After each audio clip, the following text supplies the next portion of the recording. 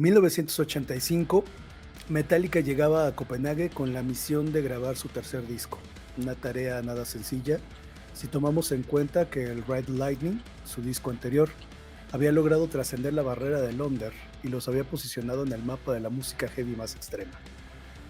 Aunque intentaron grabar en California, el presupuesto y la idea de replicar el sonido de batería de su disco anterior los llevaron de regreso a los Sweet Silence Studios, en donde el productor Flemming Rasmussen estuvo detrás de la consola por segunda ocasión. Aunque parecía que Metallica se preparaba para grabar un Ride Lightning parte 2, varias cosas cambiaron dentro y fuera de la banda, detalles que los llevaron a lanzar una obra sin fisuras que amalgamó de forma equilibrada la melodía con la agresividad y una postura crítica en sus letras frente a las instituciones y adicciones que han controlado a la sociedad a lo largo de la historia. 36 años más tarde, el disco sigue ganando adeptos para la banda y al día de hoy es considerado uno de los más populares en la historia del heavy metal.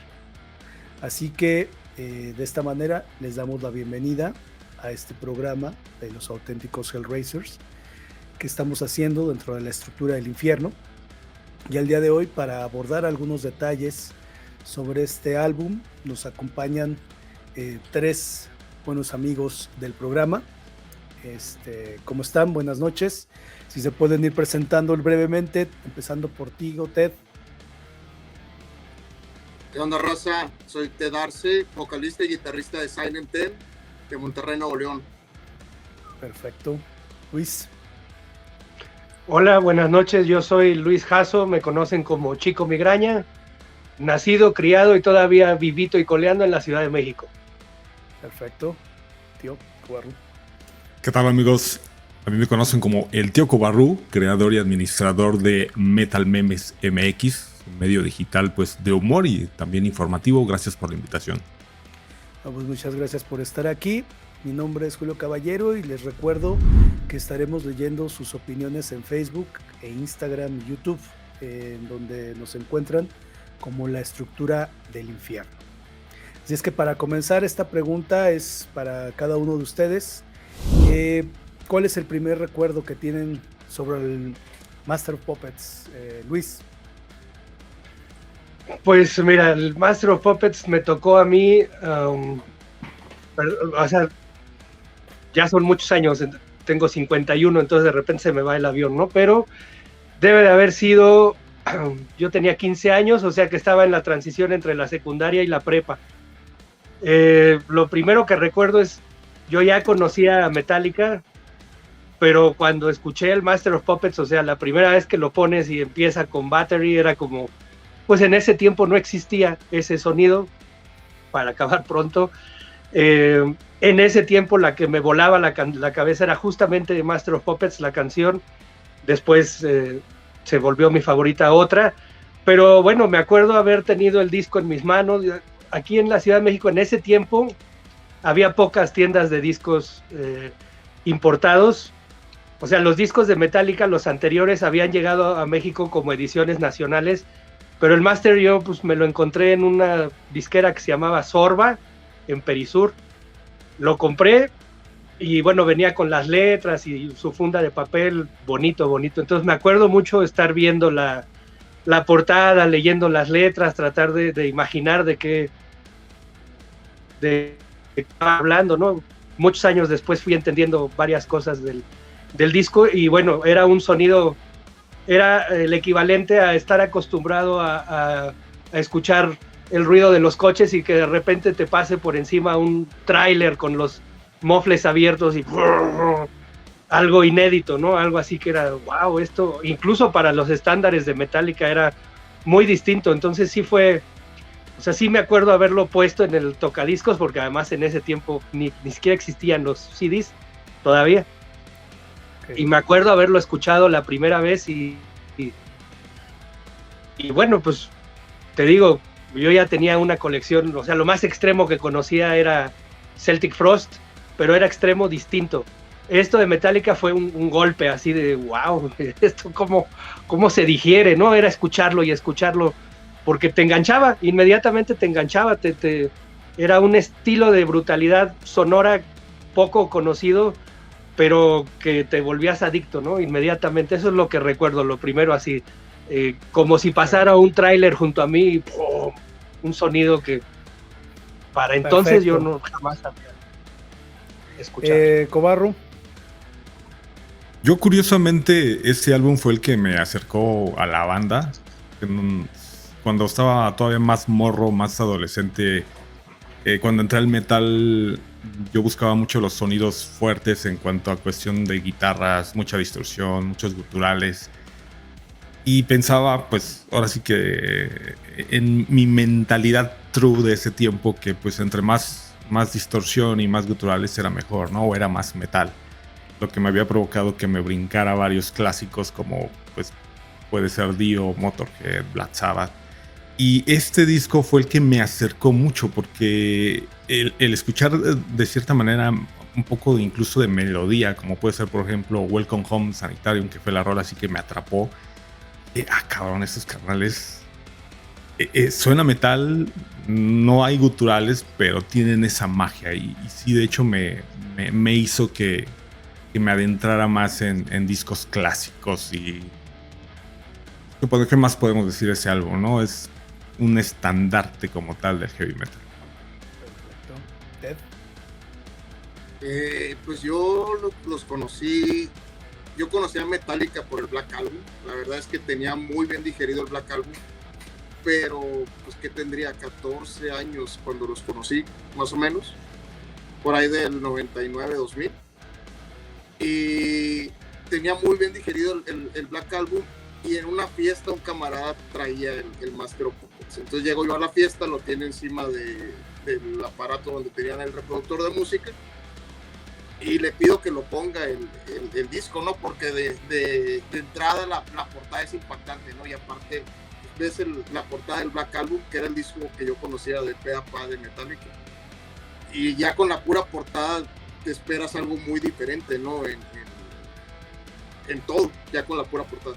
Entonces lo pone, inicia Battery y a pesar de que el Black Album pues trae sus acústicos y todo, el sonido de Battery, su intro es muy particular, ¿no?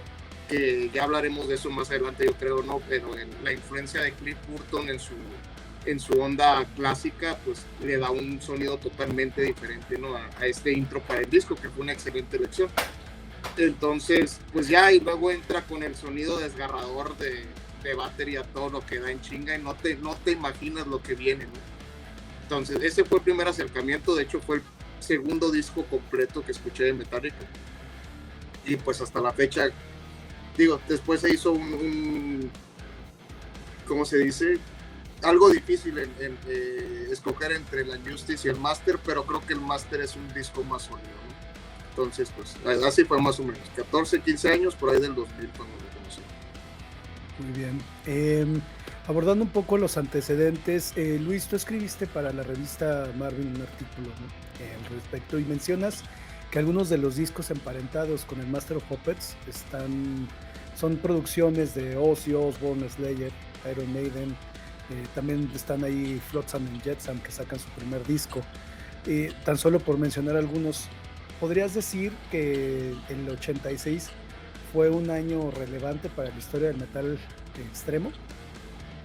No, pues definitivamente, porque el de Slayer que salió fue el Raining Blood, que es como otra discusión, ¿no? Porque la gente más apasionada, que los que odian a Metallica y aman a Slayer, bueno, ni cómo hacerlos entender, pero claro, fue un año totalmente trascendente. Y además, por ejemplo, yo en mi experiencia lo que te puedo decir es, estamos hablando que no existía internet, no existían los teléfonos celulares, existían las revistas que llegaban a México, que llegaban 6 meses de retraso, la Hit Parader, Circus Magazine, la Heavy Rock, todas esas, ¿no? Kerrang!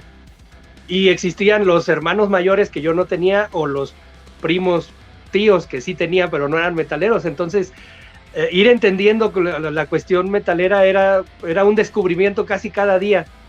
O sea, sería muy fácil decir, sí, no, mira, yo Metallica y me lo sabía de pe a pa, pero no. Era muy difícil conseguir información. Entonces cuando me llegó, o sea, cuando me encontré el disco es porque yo ya tenía el Ride the Lightning, pero no sabía que era el segundo y que el Master of Puppets era el tercero. Para mí cuando lo descubrí fue impactante, ¿no? Ya conocía yo Iron Maiden, por ejemplo, no me acuerdo qué disco, sí, ese año salió el Somewhere in Time, y Judas Priest había sacado el Turbo, que pues era un disco totalmente diferente, y en ese tiempo heavy metal era Bon Jovi, Cinderella, Faster Pussycat, todas esas bandas eran heavy metal. Entonces además era lo que sonaba en el radio, porque en México también había radio con algo de rock. Aquí en la capital estaba Radio Capital, estaba La Pantera, y digo, yo empecé muy chiquito en el rock, a los 6, 7 años, pero con Kiss, y buscando desde chico revistas en las que aparecía Kiss fue que fui descubriendo otras bandas. No me acuerdo cómo descubrí a Metallica, probablemente alguien con algún cassette, pero sí, ese año fue un parteaguas totalmente, ¿no? Y ese disco es, o sea, hay uno que otro disco del 86 que son parteaguas, y para mi gusto, que es lo que puse en el artículo de Marvin, ese disco de Metallica es para mí igual que el primero de Black Sabbath. O sea, le dieron la vuelta a la tortilla completamente. A partir del Master of Puppets en adelante, el metal extremo se hizo popular y accesible, entre comillas, no se vaya a entender como que se vendieron, que ya sabes que todo el mundo dice lo mismo. Claro. Pero ese disco de Metallica hizo que todo el mundo volteara a ver en algún momento al metal. Ellos le abrieron todo ese año una gira de estadios a Ozzy, y cada noche pues hacían que el headliner quedara como atrás. La gente pues ya no quería saber nada de Ozzy porque habían visto a Metallica y se quedaban así impactados. Entonces sí es un año pivote para el metal, en mi opinión, ¿no? Perfecto. Ted, tú como músico, cuando piensas que se eligen el mismo productor, eligen el mismo estudio, ¿crees que Metallica en este disco había elegido conformarse y no tomar riesgos musicales? No, que de hecho hay dato curioso. Según sé, por ahí datos, ¿no?, de Curious Facts. El productor para el Master of Puppets iba a ser el vocal de Rush. ¿Geddy Lee?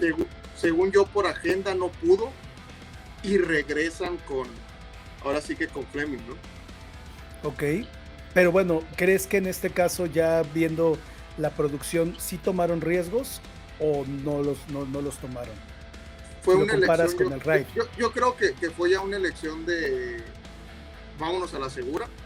Quizás sí un poco menos riesgoso, ¿no?, de buscar otra persona que no lo tenían en el radar y no sabían cuál iba a ser el resultado. Entonces ya habían tenido un buen desempeño o un buen resultado con el Ride the Lightning, entonces se fueron a la segura. Sí, en ese sentido sí, ya después de haber tenido que elegirlo otra vez, sí, fue menos riesgo, pero pues el resultado pues es notorio, ¿no? Y pues aparte del trabajo del productor, pues también ellos meten mucha cuchara, ¿no? Claro. Cobarro, los miembros de Metallica han declarado que mientras componían las rolas, escuchaban Powerslave, Melissa, The Merciful Fate, pero también discos de bandas punk como English Dogs, Discharge, e incluso en algún momento mencionan que en Londres estuvieron rolando con una banda que se llamaban los GBH. ¿Tú percibes alguna vibra punk en el Master of Puppets? Es curioso que lo menciones, porque de hecho sí, se ha dicho también que están por ahí influenciados de David Bowie, incluso pues artistas que no tienen nada que ver con el metal. Sí se siente, sobre todo creo que el Master of Puppets pues es al final es también parte de una canción punk, ¿no? Por la letra incluso, ¿no? Entonces sí creo que hay esas influencias. Además, retomando un poquito lo que decían del tema de la producción, ellos ya metían también la mano ahí para las composiciones. Entonces creo que sí se nota esa parte de punk y de muchos artistas incluso fuera del metal. En las letras, ¿no? También podemos ver los temas van cambiando considerablemente, ¿no? La melodía también. Exacto. Para ustedes, si tuvieran que señalar de manera breve, ¿cuáles son las diferencias significativas entre el Master of Puppets y el Ride the Lightning? Luis. Esa está difícil. Creo que, por ejemplo, Ted, que es músico, te puede dar, pero yo lo que percibo que me acuerdo además que era como muy notorio, es que el Ride the Lightning era como más, por llamarlo de alguna manera, como más progresivo, ¿no? Tenía como otros tintes, era muy pesado, era muy rápido, pero tenía como esos pasajes que el Master tiene en algunas canciones, pero creo que está un poquito más pulido y creo que es como también más pesado, como que ya a mí me parece que en el Master of Puppets ya te encuentras que James Hetfield ya está perfectamente asumido en su rol de líder de la banda, de compositor, de tocar la guitarra rítmica y no perder una sola nota, ya olvidándose de tristemente de la influencia de Dave Mustaine, que tristemente porque pues, fue una gran influencia, ¿no? Pero yo creo que es un poco menos variado que el Ride the Lightning, un poquito más concreto, tiene canciones cortas y brutales como Battery y como Damage Incorporated, y tiene otras muy largas en la que ya está mucho más marcada la tendencia que tuvieron después, por ejemplo ya en el Unjustice for All, de hacer canciones largas pero intrincadas, con cosas complejas, me voy a salir un poquito de donde viene la canción para regresar, le voy a meter otro riff. Entonces creo que la diferencia es esa, ¿no? Es un disco para mí más maduro, más al grano también. Sí conozco mucha gente que prefiere, gente de mi edad sobre todo, que prefiere el Ride the Lightning sobre el Master. Yo no, para mí el Master fue así como que llegan y te pegan con un martillo y dices, ay cabrón, qué rico se ve que te salga sangre de la cabeza, y con el otro casi, con el Ride the Lightning casi sentías eso, pero no. Para mí es como ahí, pum, la explosión realmente de lo que podría significar Metallica, para mí llegó hasta el Master of Puppets. Cobarrum. Yo lo podría resumir en una palabra, que está equilibrado. Es un disco que sí efectivamente es heavy metal, está pesado, pero a mí lo que más me llamó y fue lo que me atrapó, que mencioné en la pregunta anterior, en la primera pregunta, que hay melodía también, ¿no? Por ejemplo, Orion, que podríamos decir que es una de las piezas más hermosas del heavy metal a modo, pues, instrumental. Entonces yo creo que lo dejaré ahí como una pieza sumamente equilibrada. Ok, Ted. Sí, yo creo que el tema aquí con el Master of Puppets es la madurez que alcanza la banda. Si bien el tema que mencionaron ahorita de lo progresivo, creo que como que lo coronaron o lograron fortalecer ese estilo, pues más técnico fue en el Unjustice, ¿no? Pero en el Master logran un sonido tan sólido, tan machacante y reflejan esa madurez que en el Ride the Lightning no se ve, que de hecho lo que mencionabas ahorita, ¿no? Que las influencias punk, sí tiene mucha influencia punk el disco, pero si te fijas en el Ride the Lightning, el disco se prestaba para esa crudeza de un disco punk, ¿no? Y acá ya no, ya es algo más pulido, más trabajado, siento yo más elaborado, porque al menos en los tapes, en las grabaciones que hay de los demos y demás, se ve que ya Lars Ulrich y James Hetfield se sentaron a componer, a estructurar las canciones y demás, ¿no?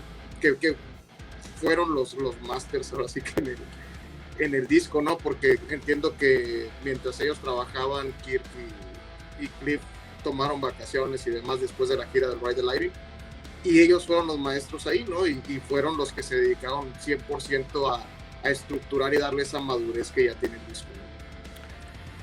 Ya que mencionas también la figura de Cliff Burton, pues mucho se ha dicho, ¿no? De que pues él ha sido uno de los grandes responsables del sonido. Sin embargo, tal como lo dices, pues sabemos que fue de los primeros que no aguantó las horas muertas en Copenhague y se regresa a California en cuanto él termina de grabar sus líneas de bajo, aún faltando tiempo para terminar la grabación. ¿Crees que su aportación al sonido del disco es real o se ha romantizado porque fue el último que grabó? Pues de hecho fue el primero en terminar, ¿no? Porque, como dices, ¿no? No aguantó, y de hecho, según dicen, pues en realidad les tocó temporada de noche casi totalmente, y su hora de trabajo era principalmente en la madrugada, ¿no?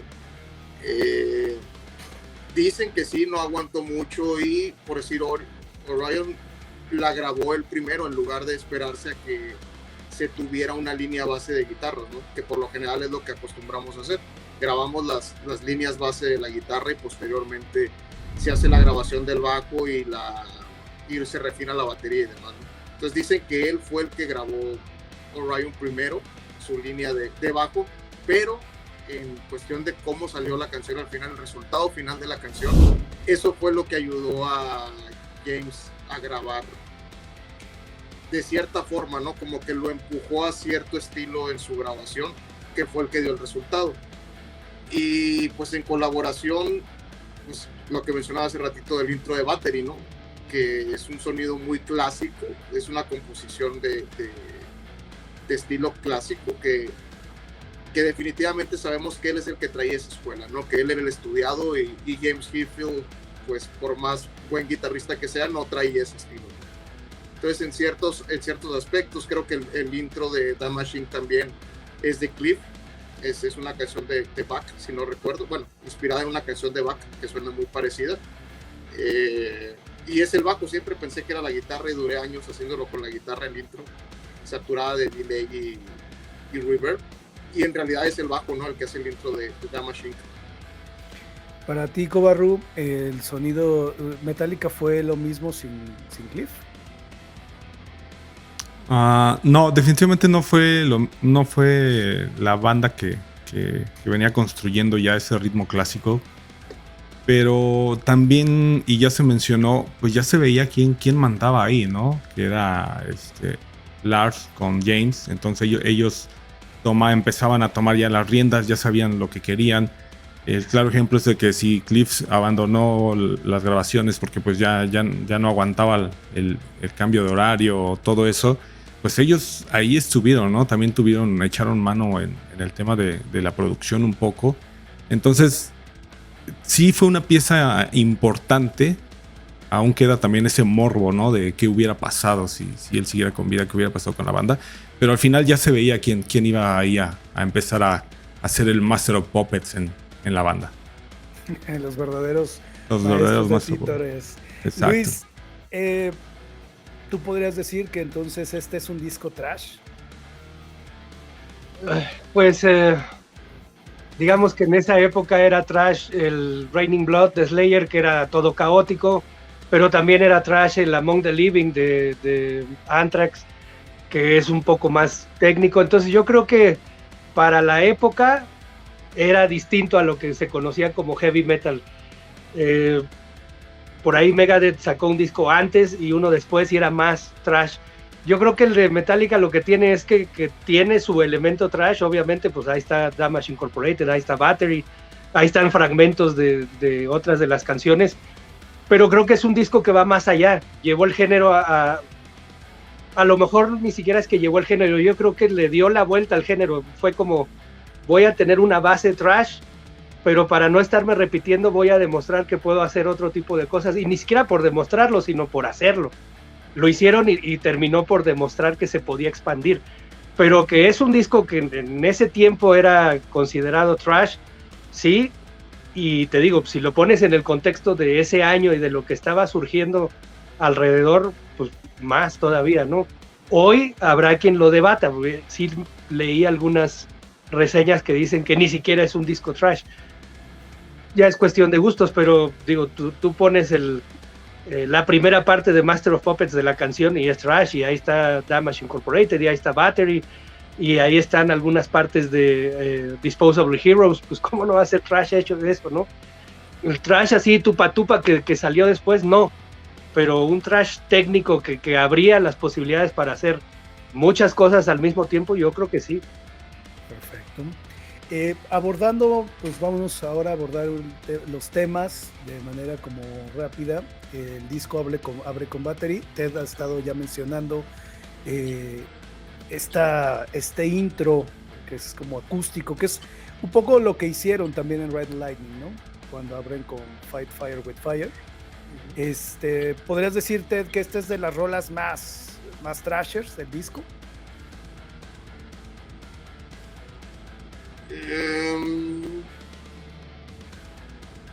Es que sí creo que entra mucho a discusión, a debate si es esta rola o Damage Incorporated. No, yo creo que sí me quedaría con Damage Inc.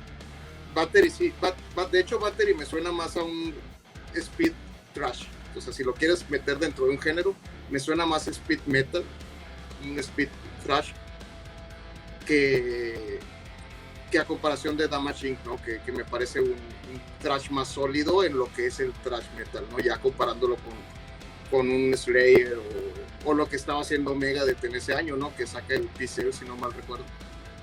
Ok, Cobarru, ¿te parece que es un buen tema para iniciar, para anunciarte lo que viene? Sí, definitivamente. Creo que eligieron la canción idónea. Tan es así que pues Battery sigue sonando, ¿no? Actualmente en los conciertos es una canción junto con Master of Puppets que no puede faltar en el repertorio de los de San Francisco. Sí, así es. Y bueno, un poco de contexto, la canción en realidad el nombre viene de una de las calles que la banda frecuentaba en San Francisco, que se llama así precisamente Battery Street.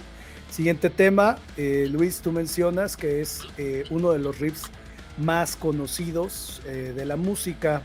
¿Qué hace a Master of Puppets desde tu perspectiva una canción tan relevante?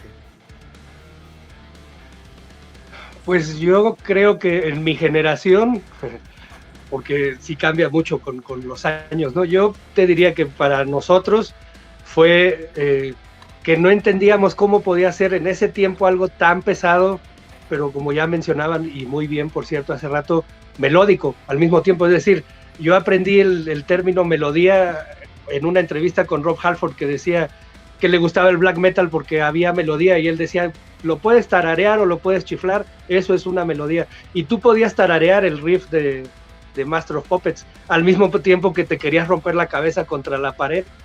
Entonces yo creo que eso es lo que lo hizo memorable, ¿no? Que es corto, se te queda grabado de inmediato, lo puedes repetir tú, lo puedes estar tarareando mentalmente, lo puedes tararear físicamente, y al mismo tiempo si se lo pones a tu mamá se molesta, ¿no? Acabo de ver hace unos días un meme muy bueno están unas chavitas así en una fiesta y decía algo así como, cuando llego yo a la fiesta y abajo están las mismas chavitas con cara de asco, y dice, y pongo mi disco de Metallica. Yo, para ponerlo en contexto, y no sé si les suene, yo crecí, o sea, es un error mío, pues, pero yo crecí viendo como enemigo a Soda Stereo, porque hay chingo de metaleros que les gusta Soda Stereo, yo no sé por qué. Y entonces nosotros, mis amigos y yo, llegábamos justamente con el Master of Puppets así abajo del brazo, quitábamos los discos de Soda Stereo, los poníamos y veíamos la reacción de la gente que nosotros le llamábamos en ese tiempo fresa, ¿no? Y les ofendía la música, y para mí eso era maravilloso. Y la manera de hacerlo siempre era con la canción de Master of Puppets. Se nos hacía como la más completa, ¿no? Y te digo, era más fácil tararear y hacerte el que sabes mucho con un riff como el de Master of Puppets que con un riff como el de Damage Incorporated, por ejemplo. Es más difícil, ¿no? Uh-huh. Y más si tienes 15, 16 años, pues andas acá presumiendo. Y este riff tenía eso, tenía esa facilidad de que te lo aprendieras, pero al mismo tiempo era algo que no le iba a gustar a la población no rockera, no metalera, incluso no rockera, no metalera. Los rockeros tampoco les gustaba, se les hacía como un choque, ¿no? Como muy fuerte, algo que no era ruido, eso que les molestaba, y a nosotros nos encantaba molestar. Cobarru, ¿tú estás de acuerdo, como diría Luis en su artículo, que esta canción ya puede sonar en una antro fresa?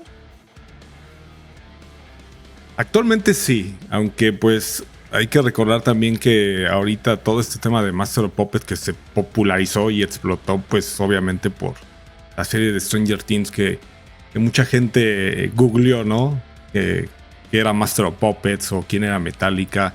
Entonces, y retomando, sí, efectivamente hay un meme por ahí que dice, yo poniendo Master of Puppets en la secundaria y todos con cara de fuchi, y después pone yo poniendo Master of Puppets en 2022 y todos aplaudiendo, ¿no? Entonces está esa parte de que pues a Metallica le benefició todo este mame, ¿no? Porque pues incluso a nosotros los metaleros, ¿no? Se volvió a estar en boca de todos ese álbum. Entonces, pues actualmente sí, ¿no? Actualmente sin ningún problema. En su época, pues, híjole, creo que los metaleros todas, si ahora somos marginados, antes eran más, o sea, tal vez era imposible, pero actualmente sí, creo que sin ningún problema. Ted, se ha dicho que igual la canción puede hablar de la forma en que nos controlan los gobiernos, pero también de la forma en la que te controlan las adicciones. Para ti, ¿cuál sería como la lectura correcta o la que te gustaría cuando escuchas esta canción? Yo de inicio, en mi interpretación propia, siempre pensé que hablaba de una manera muy personal. Uh-huh. Como que no le hallaba un contexto más allá de control a ti, ¿no? Ya después le empecé a tomar una connotación más política, hasta que supe que hablaba de adicciones y demás, ¿no? Y me hizo clic que sí, efectivamente, pues ya empieza a tomar pues una connotación muy, muy marcada de la bronca que traían ellos en aquel entonces, más James Hetfield, de alcoholismo que ya iniciaba, ¿no? Que fue cuando les empezaron a llamar alcohólica y demás, ¿no? Claro. Entonces sí iba muy orientada a ese rollo. Entonces, ya que lo empiezas a ver desde esa perspectiva, que hay unas partes de la canción que tienen la letra que no te hace mucho clic. Creo que al final dice la parte que dice solo una rima sin sentido, como que no supo qué ponerle y describir. Bueno, pero hay una cosa interesante ahí que si la ves, digo que a mí me da mucho la atención por el juego. Se supone que es hasta una suerte de extraño diálogo que se construye, ¿no? La primera parte es, digamos, el agente adictivo, el agente que controla, y ya cuando llega esta parte como tranquila, hay un momento en donde la voz vira y es el adicto, ¿no? El que dice, el que acaba gritando "Fix me", ¿no? Antes de que se suelte el solo. Digo, me parece un juego interesante dentro del contexto de la canción, ¿no? Sí, que la verdad es que en eso sí, pues aparte de que James Hetfield, Riff Lord, ¿no? Además tiene mucho ese juego en las letras, ¿no? Que si ya te vas a un Black Album, incluso hasta en el último disco, en el ¿cómo se llama? El Hard Right, todavía juega mucho con ese juego de palabras, ¿no? Metáforas. Entonces en Master of Puppets juega muy bien con eso en las frases que usa, ¿no? Y ya que empiezas a leerlo con un contexto ya centrado, ya ahí viendo de a dónde quieres llevar la letra, pues ya te hace sentido, ¿no? Todo lo que dice, excepto esa parte que te digo que no tiene mucho sentido, que es que de hecho ahí lo mismo lo dicen. Entonces, ¿ustedes estarían de acuerdo que en algunos años esta canción podría formar parte de mix 80s, 90s y más? ¿Luis? Sí. Es que no va a quedar de otra. O sea, somos víctimas de los tiempos en los que vivimos. No, te digo, no es lo mismo haberlo escuchado. Yo cuando lo escuché tenía 15 años. Entonces, ¿qué entendí yo a los 15 años de la canción? Es muy distinto a lo que entiendo hoy. Claro. Pero igual a los 15 años pues no había manera de saber de qué hablaba la canción en voz de ellos mismos, porque pues dónde encontrabas esa información. Entonces, pero los tiempos cambian, ¿no? Hoy Metallica con el álbum negro, que a mí me encanta, yo no soy de los que dicen que ahí se murió Metallica. A mí se me hace que el álbum negro los hizo un fenómeno tan grande que ya no es que Metallica sea la banda para nosotros los metaleros. Metallica es una banda que está en otro nivel. Pero como no hay una referencia, o sea, en nivel ventas y en nivel cuántos discos y cuántos boletos y cuánto generan, que acabo de subir una información de Polestar, está al nivel de YouTube, de los Rolling Stones. O sea, al nivel musical, pues nosotros lo podemos ver de otra manera, pero no es algo que esté en nuestro poder controlarlo, y yo creo que sí se va a volver parte del mix 80s, 90s y 2000s, porque te digo, lo perdimos, ¿no? Cualquier persona que quiera tener una gotita de rebeldía y si de repente me las doy de muy malo, va a usar una canción como Master of Puppets, porque es la que está en boca de todo mundo. Ahora con Stranger Things, y me imagino que dentro de 10 años a lo mejor con alguna otra cosa. Creo que se va a volver algo cíclico, pero yo no lo veo mal hoy. hace 30 años me hubiera rasgado las vestiduras. Hoy lo veo como algo bueno. Para mí es qué bueno que alguien de 13, 14 años que está viendo Stranger Things descubra el metal vía Metallica y se quede ahí, a que usen playeras como las Kardashian de Slayer y que nada más las usen sin saber ni qué es. O como aquí la gente que se pone la de los Ramones y piensan que es una marca de ropa en lugar de saber que es una banda, ¿no? Creo que eso es lo que va a pasar. Creo que lo que pasó con Stranger Things es es un indicio de lo que va a seguir pasando en el futuro. Te digo, es algo que ni ellos mismos van a poder controlar y no les interesa tampoco. Claro. Cobarru, ¿tú compartes esta perspectiva? Sí, totalmente. Incluso aquí podríamos también señalar que quizás este álbum estaba algo adelantado para sus tiempos, ¿no? Porque pues efectivamente sí se volvió un boom ahora con esto de Netflix, pero la canción ahí está, o sea, las nuevas generaciones la descubrieron y dijeron, oye, qué chido suena esto.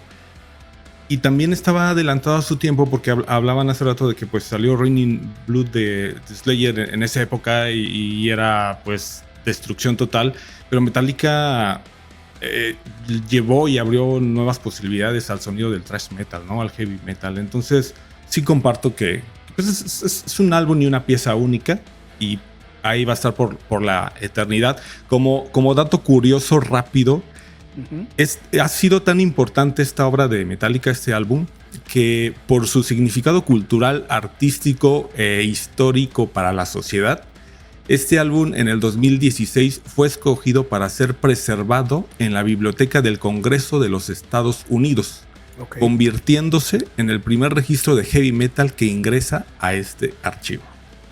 Ok, no, bueno, es una información muy interesante. Para quien no lo sepa, los norteamericanos tienen una dinámica en donde incorporan lo que consideran piezas que representan, digamos, pues diferentes etapas culturales, ¿no?, de la evolución de su cultura a esta biblioteca del Congreso. Ahí hay textos de sus escritores, incluso más conocidos como T.S. Eliot, etcétera, ¿no?, que han formado parte de la cultura. Entonces, este detalle que nos das, Cobarru, es muy, muy interesante, porque nos habla precisamente de lo que también decía Luis, el crecimiento y de cómo Metallica dejó de ser ya una sola banda que pertenece, digamos, al sector de los metaleros y se ha convertido también en algo cultural, ¿no?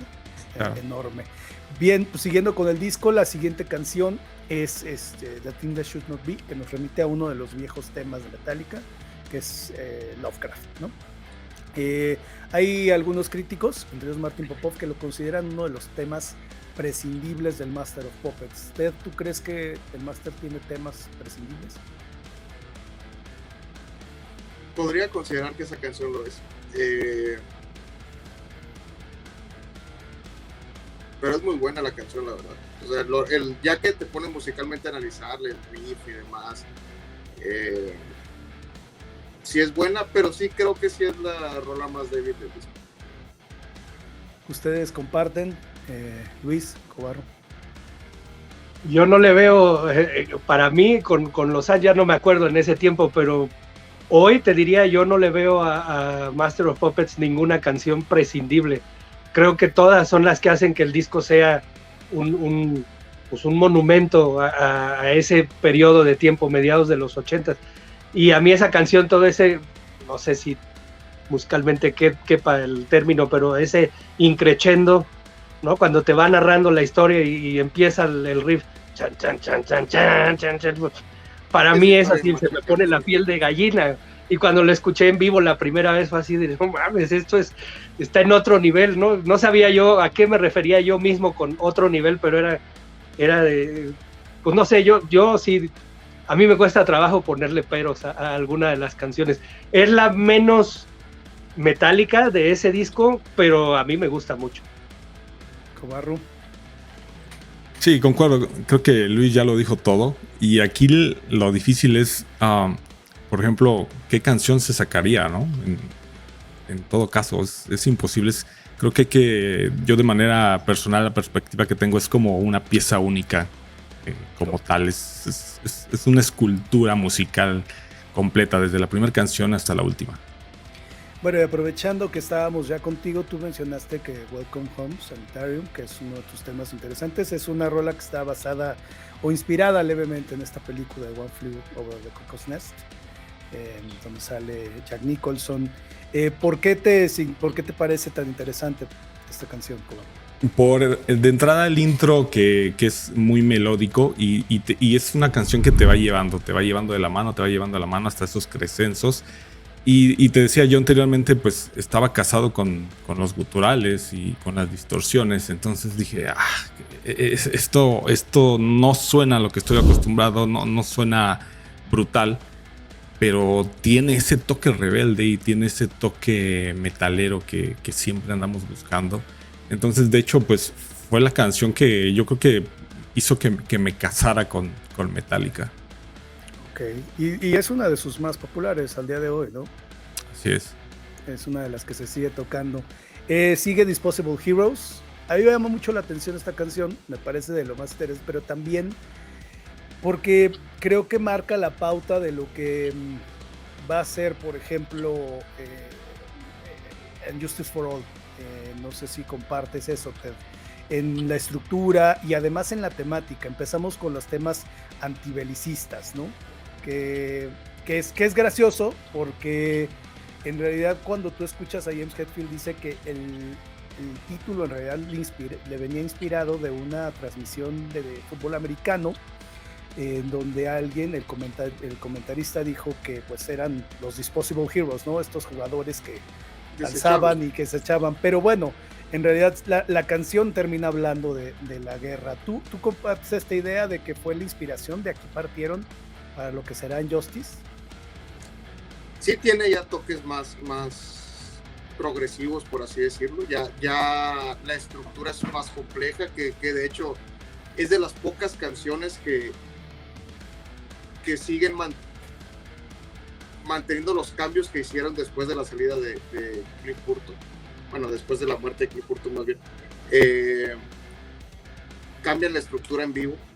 Por ahí hay una melodía de bajo en el precoro que han ido quitando con el tiempo y le recorta el tiempo, pero ya es una canción larguísima. No recuerdo cuánto dura la canción, pero sí, ya trae ese indicio, ¿no? Del tipo de canciones como tipo, no sé, un Dire Chief o Short Straw, ¿no? Ya lleva esa estructura marcada, ¿no? De lo que va a ser el siguiente disco. Y la temática, pues, es muy interesante, ¿no? El cómo hicieron esa connotación de lo que vieron ellos, lo que escucharon ellos viendo la tele, a llevarlo a cómo, pues, todos los soldados son desechables, ¿no? El verlo de esa forma, ¿no? Esa analogía o metáfora que hicieron con la frase de Disposable Heroes. Hablando, como dices, de la duración, la canción dura 8 minutos. Luis, ¿qué importancia tenía, por ejemplo, en aquel 86, estas canciones que excedían los 4 minutos, 3 minutos y medio, que estaban como estandarizados? Pues es que les valía gorro la cuestión de si dura más de 4 minutos no voy a salir en el radio. Ellos hacían lo que para ellos era lo que tenías que hacer. Y pues qué te digo, o sea, de Disposable Heroes, hace rato les decía que más allá de Master of Puppets, después otra se volvió mi canción favorita, y es justo esa. Según el humor en el que amanezca en el día, mi canción favorita de metal de todos los días es o Painkiller, Disposable Heroes, que son muy distintas, pero para mí, o sea, yo nada más me acuerdo porque además quedó grabado en esto de Orgullo, Pasión y Gloria, creo que se llama, ¿no? Cuando James Hetfield claro, la toca aquí, la presenta en español, están listos, y puta madre, viene con el riff, no, pues no, o sea, otra vez, la primera vez que lo escuché fue así era como si un vendaval te aventara contra la pared y dijeras, ¿qué es esto? No mames. Y a mí siempre desde chico, porque mi papá no le gustaba el rock y lo que sea, a mí siempre me interesaron las letras y esta letra era como muy interesante y era muy fácil de entenderla. O sea, Master of Puppets era como más intrincada, tiene un montón le puedes entender de muchas maneras, Welcome Home también, pero esta era, pum, al grano, la entendías a la primera. Y esa parte cuando va diciendo I was born for dying y regresa con Lars, no sé cómo explicar, la primera vez que lo escuchas era de, güey, ¿qué es esto? Pues yo venía de escuchar, no sé, Iron Maiden, te hablaba de cosas de historia, Invaders, Revelation, son canciones que te podías identificar porque eran temas históricos que conocías. Esto de hablar de los soldados que son héroes desechables y cumplió 18 años, ya lo matamos y bueno, ahí está lo vamos a enterrar con honores, gracias a Dios. Era algo muy fuerte, pues yo tenía 15 años, entonces yo me identificaba con el soldadito de la canción y para mí era brutal. Para mí es el momento climático de Metallica, del Metallica pachón, ¿no? El Metallica muy metido en el metal. A mí me ha gustado casi todo lo que han hecho, excepto esa triada de Load, Reload y Saint Anger. Pero para mí ese fue el momento cumbre, ¿no? Fue así de... Ese día cambió todo, para mí fue como de, ok, esto es metal, ¿no? No sé lo que estoy oyendo yo, no sé qué chingado sea, pero esto está en otro punto, ¿no? Para mí es una rolota completa. Y además, puedo agregar ahí. Adelante. Claro. Siempre Master of Puppets ha tenido pues como que el honor de ser la canción donde James Hetfield derrocha su técnica, ¿no? Del Downstroke. Y pues sí, es una canción complicada, muy cansada. La verdad es que sí es muy cansado tocarla completa la canción y aguantarla, ¿no? Pero para mí la canción más complicada de tocar del Master of Puppets, Disposable Hero, es la canción más complicada del disco, sobre todo tocarla y cantarla, porque el riff de los versos sí está muy cabrón. La rítmica del riff no tiene nada que ver con la rítmica de la voz, sí está muy cabrón pues, llevar la rola, ¿no? Y aparte esos cambios que tiene, que de repente se acelera y luego vuelve al... Está muy cabrón, sí está. Esa rola yo creo que es la que se lleva la insignia, ¿no? del Dog Riff de James Hetfield. Perfecto. Seguimos con Leper Messiah, que es esta crítica a los televangelistas que poblaban los canales de televisión los domingos por la noche. Cobarru, ¿crees? Ya hablamos de que igual se considera que no hay canciones prescindibles. ¿Por qué crees que Leper Messiah sea como, o crees que Leper Messiah es uno de los temas infravalorados, de los que casi nunca toca la banda? Yo creo que va un poquito más como tal vez un preludio o mejor dicho, como un puente tanto de Disposable como Orion. Es esa parte de decir, bueno, ahora vamos a cambiar un poquito de canal en el tema de la letra, pero sigue siendo un rolón, ¿no? Al final de cuentas, lo hablábamos con anterioridades. Creo que incluso esta canción es imprescindible para comprender el concepto del álbum como tal. Ya mencionaste Orión y bueno, creo que si hay una canción que marca una diferencia muy cabrón es Orión, que es se acercaba un poco más al space rock que hacían por ejemplo Hawkwind, ¿no? por decir algo, pero con un riff distinto. Digo, en la línea va un poco con lo que había hecho ya Metallica con The Call of Cthulhu, que es también este otro opus, aunque son muy distintas, ¿no? Cthulhu tiene esta intro más épica, ¿no? Como de epopeya, ¿no? Mientras que Orion tiene es un languidece y se va extendiendo. ¿Creen que de alguna forma Orion sí marca un antes y un después dentro de la comprensión de los instrumentales o no, o era un tema instrumental más, sí da ese descanso en el disco? El que quiera. A mí me parece que en esa época no eran tan comunes las canciones instrumentales. Era una época muy contraria a lo que pasa hoy, en la que pues ponías el disco en la tornamesa, no ni siquiera le podías picar el botón de adelantar, tenías que escucharlo completo. Y cuando estaba uno de adolescente, esa canción era el momento en el que te distraías un poco porque le faltaba la voz. Pero a mí me parece también una pieza muy, muy, muy completa que ya con los años le agarras la onda. O sea, cuando empiezas a entender que no tiene nada de malo hacer una canción instrumental, pues volteas a ver canciones como Orion, precisamente. Yo sí creo, regresando a lo que preguntaste muy al principio, no que sea sobrevalorado Cliff Burton, más bien lo que pasa es que nunca entendí cuál era la real grandeza, ¿no? Pero eso es porque yo no soy músico, tristemente ahí es donde sí me falla, pero creo que si hay un momento de entender que él tenía una visión distinta es justamente en esa canción. Y también es una canción larga, también dura pues, como 6 minutos, una cosa así, y no sientes que esa es la magia de ese disco. Ninguna de las canciones largas se siente larga, sin albur.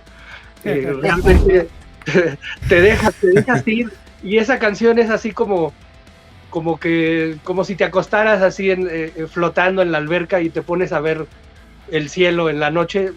A mí me parece que va por ahí, sin que le quite nada de pesadez al disco ni al concepto, pero no era tan popular la idea de hacer temas instrumentales y menos tan largos. Cobarru, a ti. Creo que, mira, lo que ya venía yo diciendo anteriormente de que era una pieza, un álbum, pues totalmente adelantado a sus tiempos, ¿no? El solo hecho de hacer una pieza instrumental que sonara 100% heavy metal, pues ahí está, o sea, puede existir armonía en el heavy metal.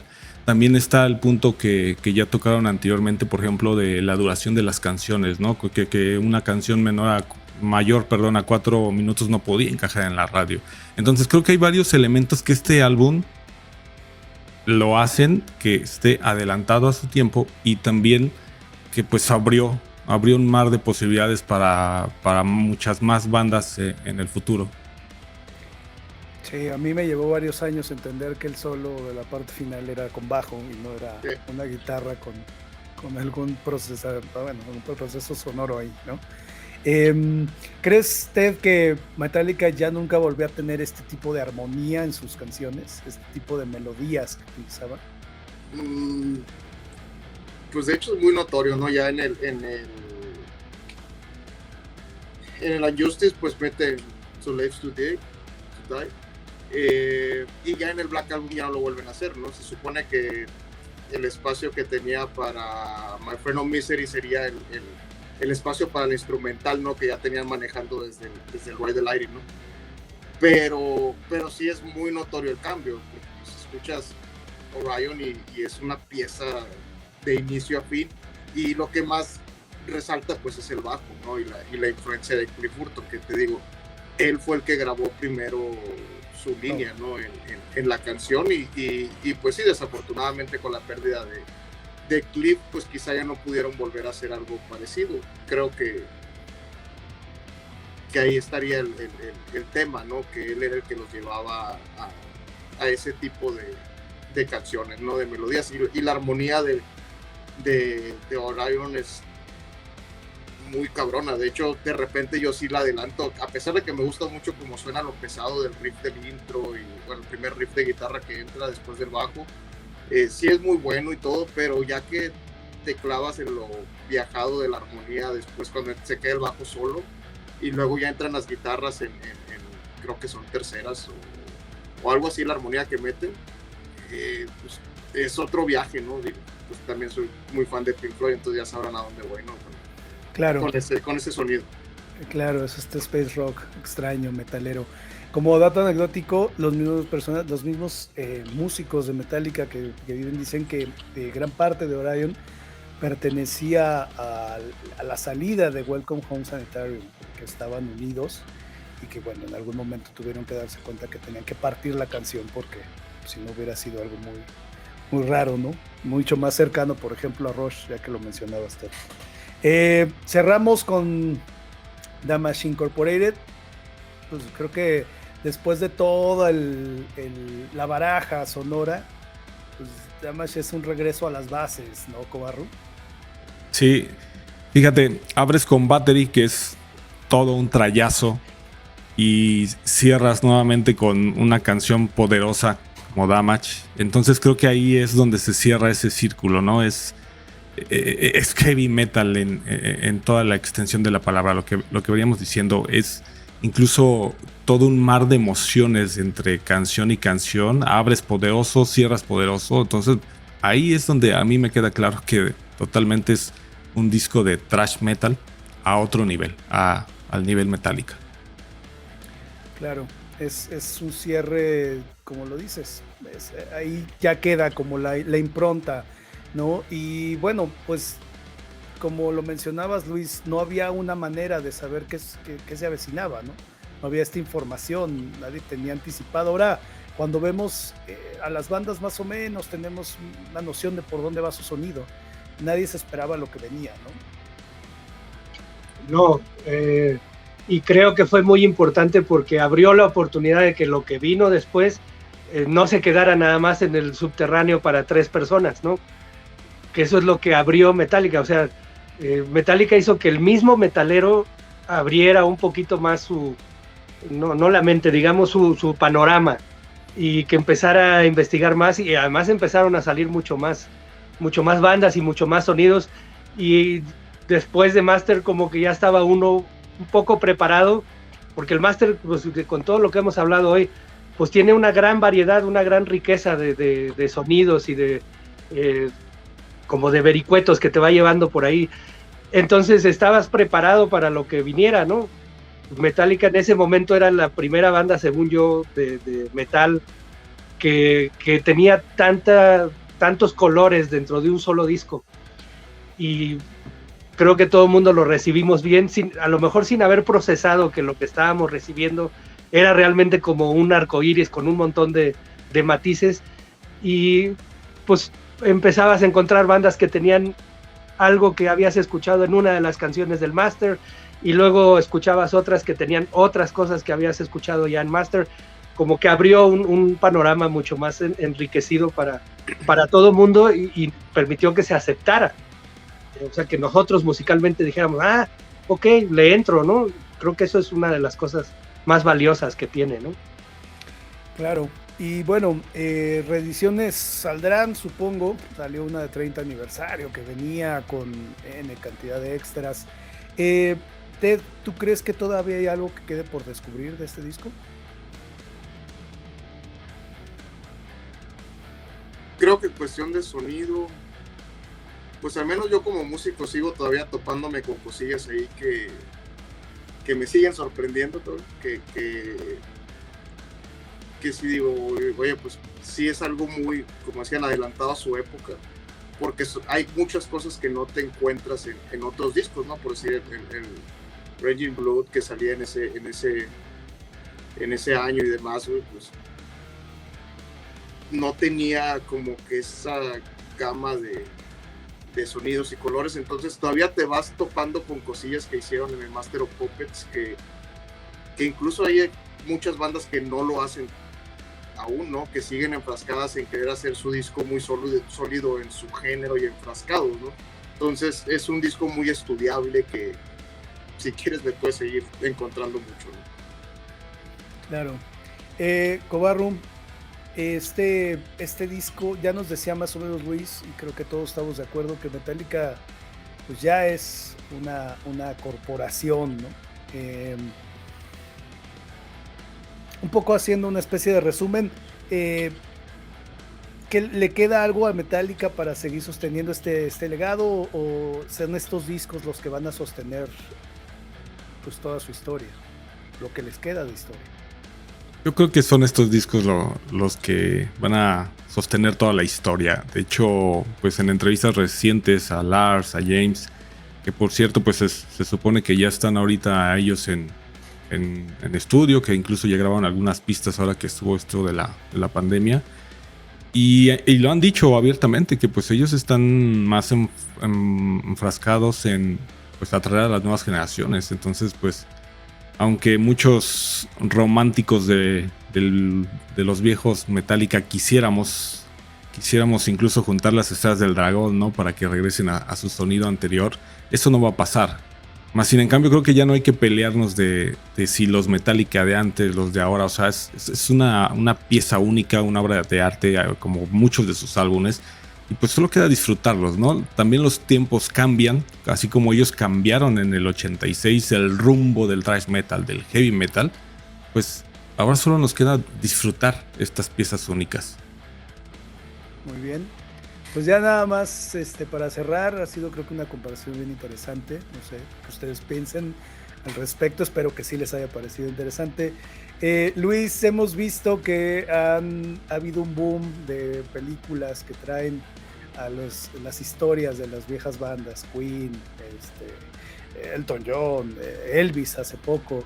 ¿Crees que en algún momento nos toparemos con una película musical que traiga la historia de Metallica para revivir su catálogo? Yo creo que sí, eventualmente, sobre todo cuando la banda ya deje de estar activa, pues va a ser una manera de mantener vivo el concepto de la banda, ¿no? Yo creo que sí.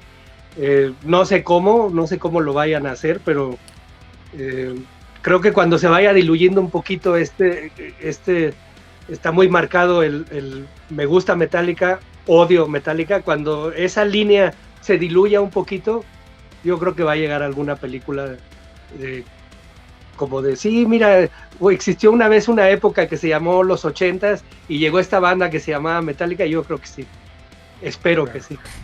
Perfecto, pues de nuevo muchísimas gracias a Ted, a Luis Cobarru por haber estado aquí platicando con nosotros. Este es el proyecto de los auténticos Hellraisers de la estructura del infierno. Vamos, supongo, a agregar sus redes, síganlos ¿no? en sus redes. Y pues de verdad mucho gusto por haber estado con ustedes, que hayan aceptado conversar con nosotros. Gracias por la invitación. Muchas gracias. Gracias.